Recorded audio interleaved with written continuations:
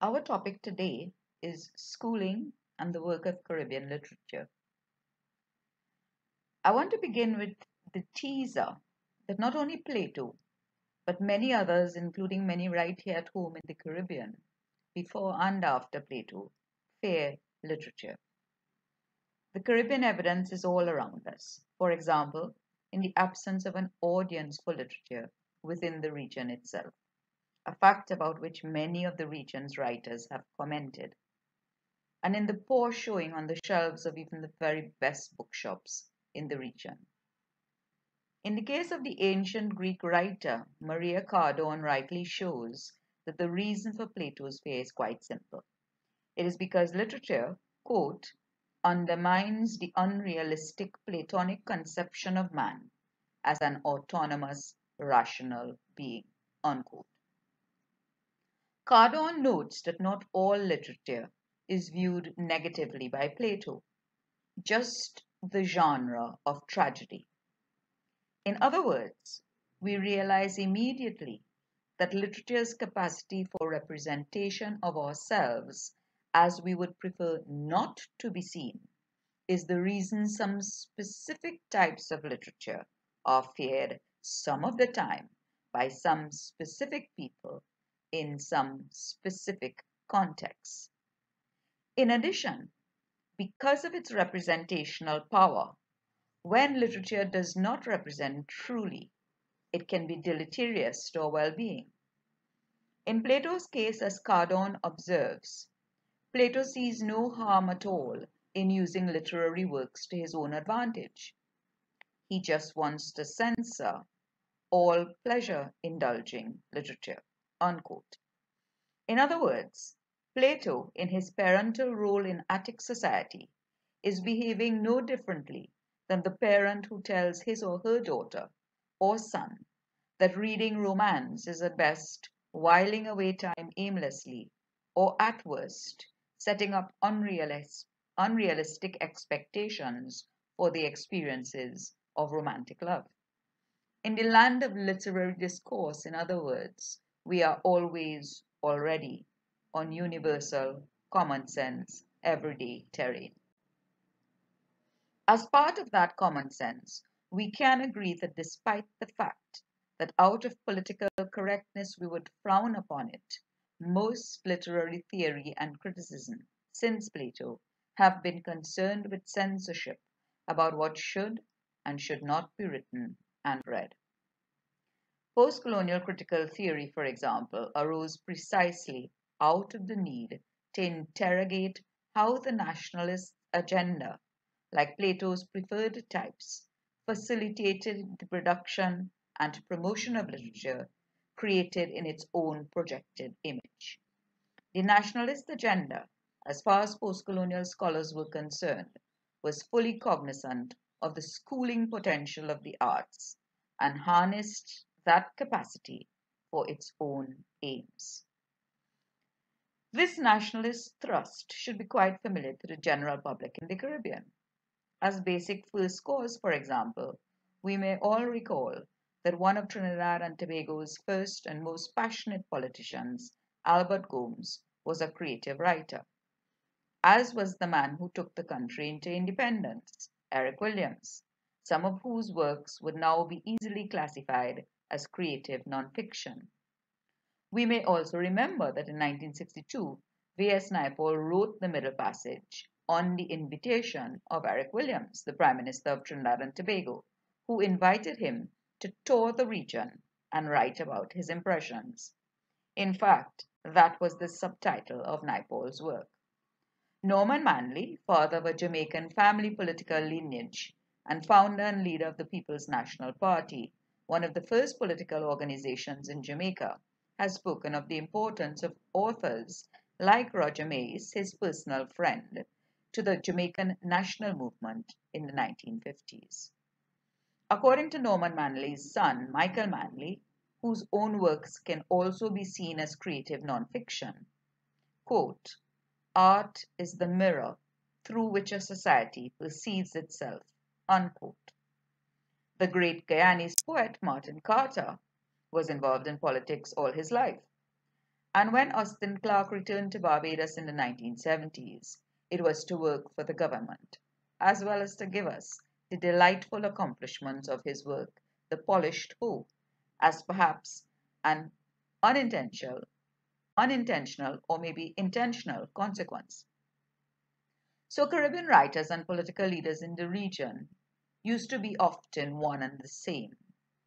And when this was not so, they were at least good friends. They would have written and disciplined the nationalist agenda together.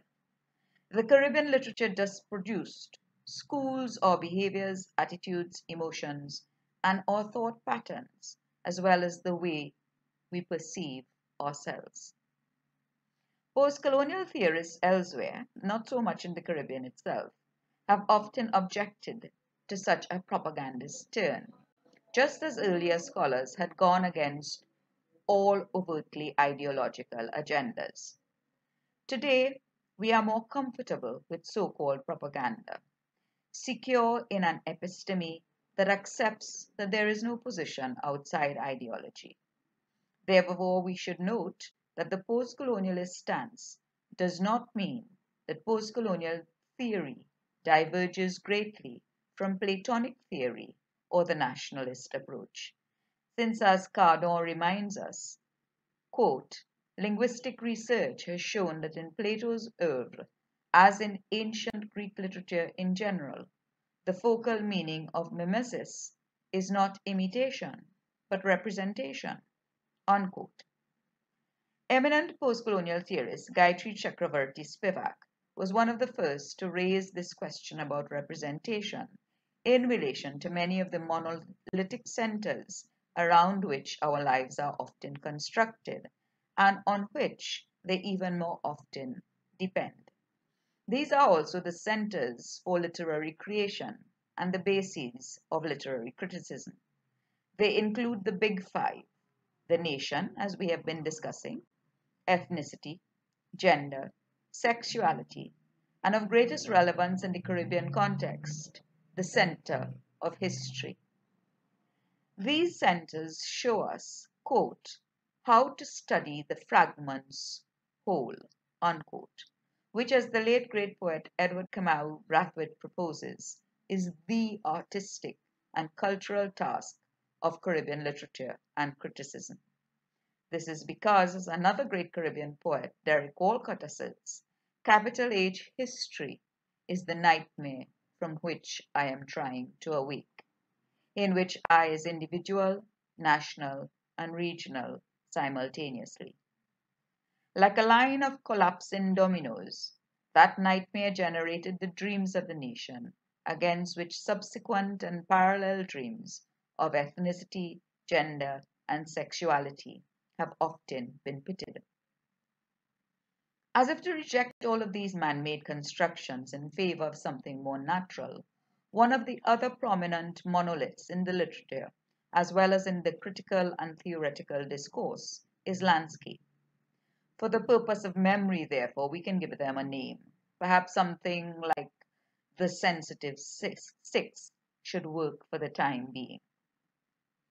Regardless of which center provides the node for the literary creation and the critical discourse it generates, for scholars like Spivak, the most fundamental aspect of representation with which we should be concerned is its power.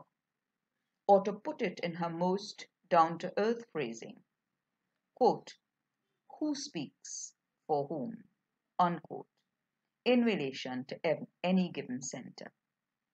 One set of reasons for the fear of literature in the Caribbean should therefore, or anywhere else for that matter, should therefore be immediately obvious. Most of us have never spoken for ourselves. We have always been spoken for, and our ancestral inheritances have been reconstructed by others in such ways that we can often hardly begin to decipher reality from fiction. Quite often, as Spivak put it, because of, quote, an interested desire to conserve the subject of the West, or the West as subject, unquote. Interestingly, our works of literature, regardless of how they are centered, have been conducive to highlighting this conundrum and providing us with ways of dealing with it in its totality.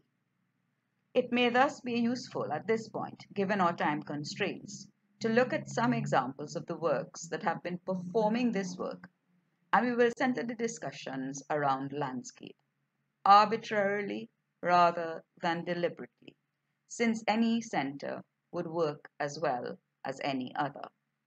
We could therefore call this section Lessons of the Landscape and subtitle it Schooling of Thought, Senses, and Emotions.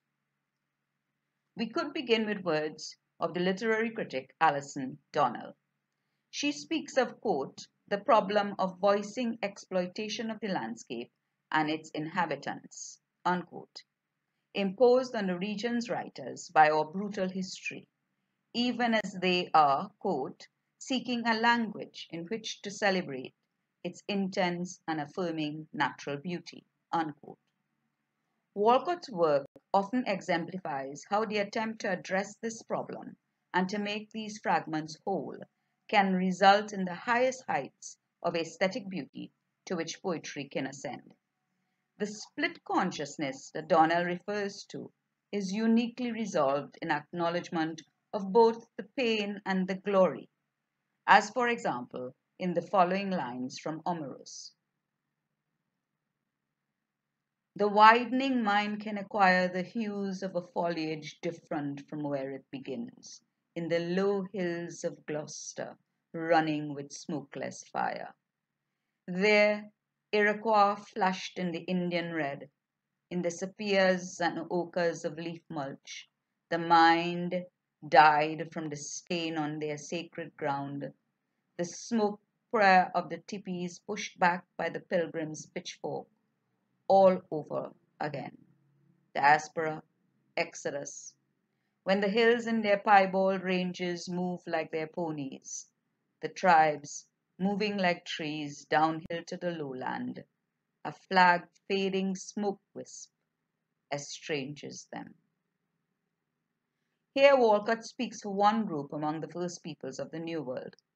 The poetic persona provides witness for their decimation, attests to their triumph over their trauma in their living presence in the landscape of a different place, and like prophet, priest, shaman of their ancient religion, prophesies real and poetic justice for them through the eventual disappearance of ideologies that led to their demise. Simultaneously, the lines declare a nationalistic belief in the power of education that gives us the quote-unquote widening mind, which is capable of perceiving anew and feeling differently about what we see and what we know, about present, past, and future. This movement can be found in the work of a number of Caribbean writers in all the various genres, poetry, prose, and drama, in adult, young adult, and children's literature, in social realist, magical realist, science fiction, and fantasy modes, which are all categories in which we find today's Caribbean writers appearing.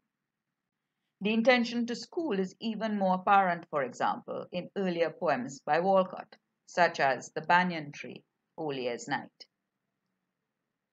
Soaring from littered roots blackened with rain, with inaccessible arms the banyan tree heaves in the year's last drizzle to explain what age could not. Responsibility. Like the Warner woman, Walcott reminds us of eternity's constant demand for responsibility in every living present moment. Questing constantly for meaning in what he can see, the poet seeks to give us a sense of the kind of people we should be.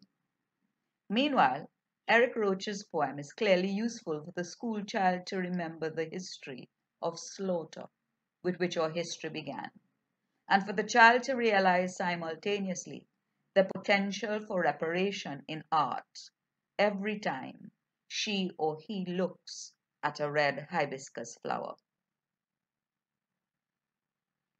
Blood red, the hedge hibiscus blooms. Blood red, blood red. And oh, the bright stain of the wide petal, the odorless leaf, the year-long blossom, the flagrant flower.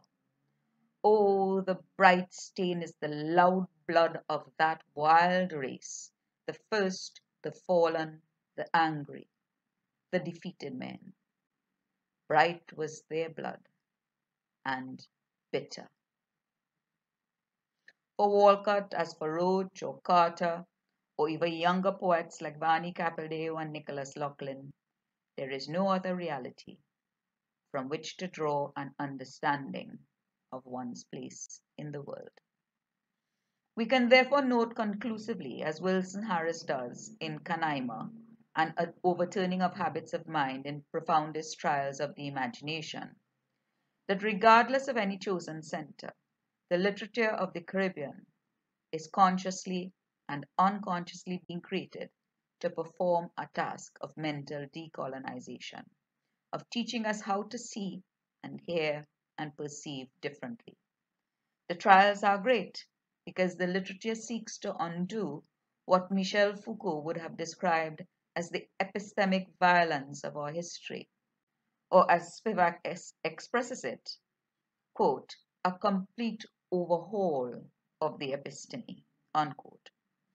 She quotes Foucault in a way that helps us to understand what the literature is attempting to do, to bring into presence previously, quote, subjugated knowledge, a whole set of knowledges that have been disqualified as inadequate to their task or insufficiently elaborated, naive knowledges located low down on the hierarchy, unquote. What work, we should therefore ask ourselves, is the school required to do with this schooling potential of literature? And how should it go about it? This paper cannot, of course, begin to answer these questions and can merely suggest that it may begin at home, in the stories that parents read to put their children to sleep in the security of parental voices at night. It should be read aloud to children in early childhood classrooms. It could be the stuff of choral speaking competitions at the primary level.